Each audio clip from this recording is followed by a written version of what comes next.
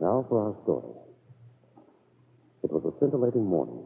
West of Los Angeles, the sunlight made the ocean look like a picture postcard, too blue to be real. At a beach house on a porch overlooking the Pacific, a young man sat waiting for breakfast.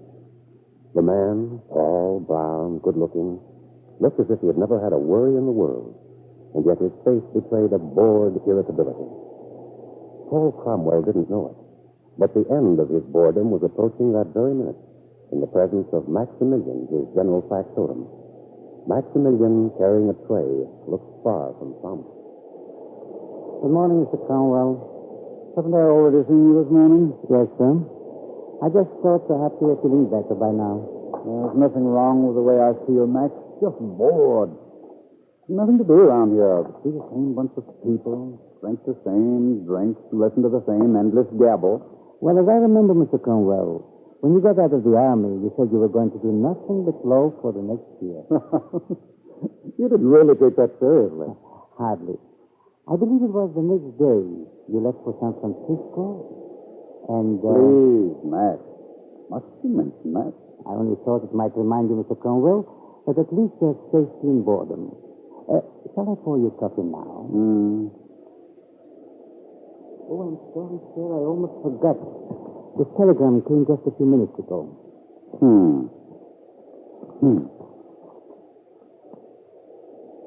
Well, happy. Max. Yes, sir? Max, things are looking up. You remember Kip Calvert? Very well, sir. 2 years ago, I bet your mother cooked $10 that you'd marry Miss Calvert. Well, I'm sorry. I tried. I know you did, sir. Miss Calvert was a very beautiful but difficult young woman. You never quite knew what to expect of her. So I found out. Today, Monday? Yes, Mr. Cromwell. Good. Max, she's arriving today. Miss Calvert? Mrs. Meade, Max. Why, I didn't know she was married, Mr. Cromwell. Didn't I tell you? I believe the last time you mentioned Miss Calvert to me was over a year ago. You wrote me a card when you were stationed at Camp Downing. Oh, yes. You said you'd just discovered that Miss Calvert had returned to Wakefield to live with her father. Oh, that's right. Then you never mentioned her after that, Mr. Cromwell. No.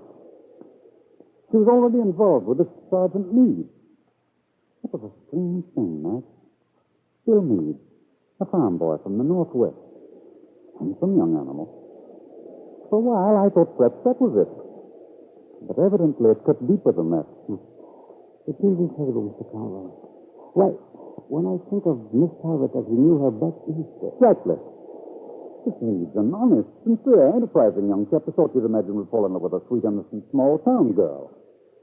You know, the kind of young girl who wears a ribbon around her hair and cans things in the summertime. I can hardly imagine Miss Calvert canning. But that's the sort of girl Meade was going with when Kip met him. Peggy Douglas. Lovely little thing. But hardly a match for our Kip. So Kip got him. But I have a feeling she may be getting a little bored with him, Max. Oh? Yes. She's been married a little less than a year. Coming out to California alone. My eyebrows raised, Mr. Cromwell. And from this telegram, I'd say she wanted very much to see me. Yes. Well, Max, it looks as if the tedium of those sun-drenched days is definitely going to be relieved. What do you think of that? I think it looks like trouble. Miss Calvert, Mrs. Meade, that is married, Mr. Cromwell. And if you remember San Francisco... Oh, don't moralize about that now. This is quite a different set of circumstances. Check on that train a little later, will you? Yes. See whether or not it's going to be on time. And then we'll plan to have dinner here. A very special dinner. Yes, sir. I'm afraid you've left your breakfast just cold, Mr. Cromwell. Shall I fix you something else? No, never mind. I'm not particularly hungry. Just bring me some more coffee. And you might... Well, who... That sounds like... It most certainly does, sir. Stop. Hello.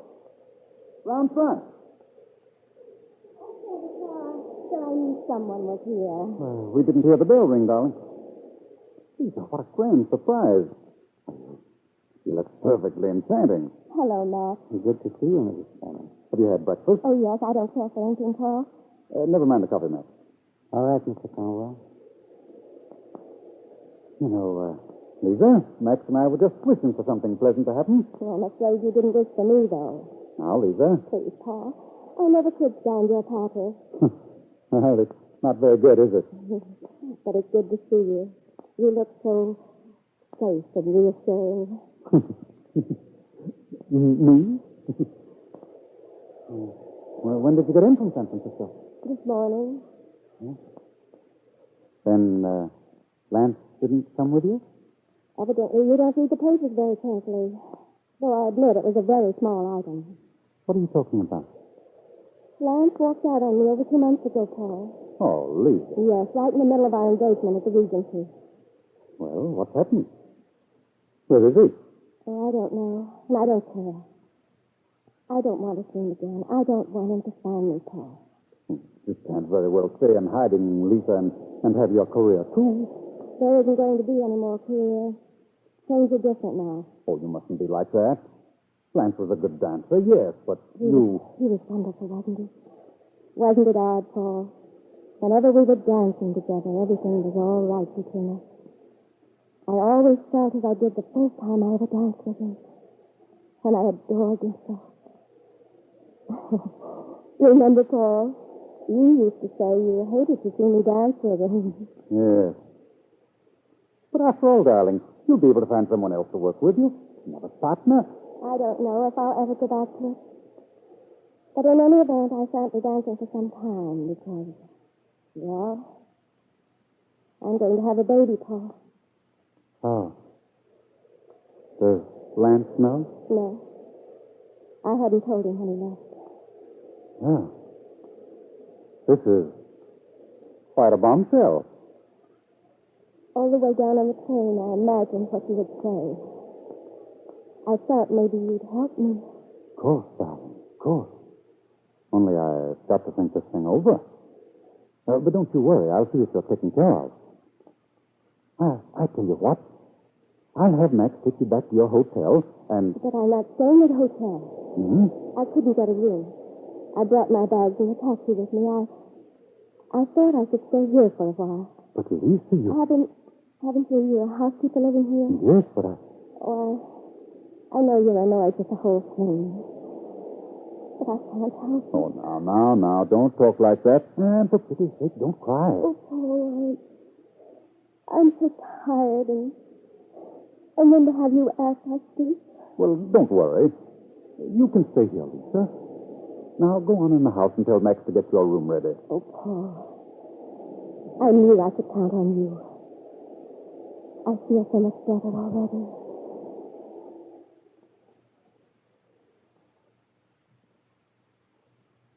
But the same thing could not be said for Paul Cromwell. As he watched Lisa Fenner go into the house, he wondered, as he had often done, whether she was a naive child or a scheming woman, or both. But Paul Cromwell was certain of one thing. Lisa had certainly chosen an inopportune time to arrive, with Kit expected the same day. But oddly enough, Mr. Cromwell, Lisa Fenner's presence in your house may not be as inopportune as you think. I wonder, though, why you feel a sense of responsibility for this woman.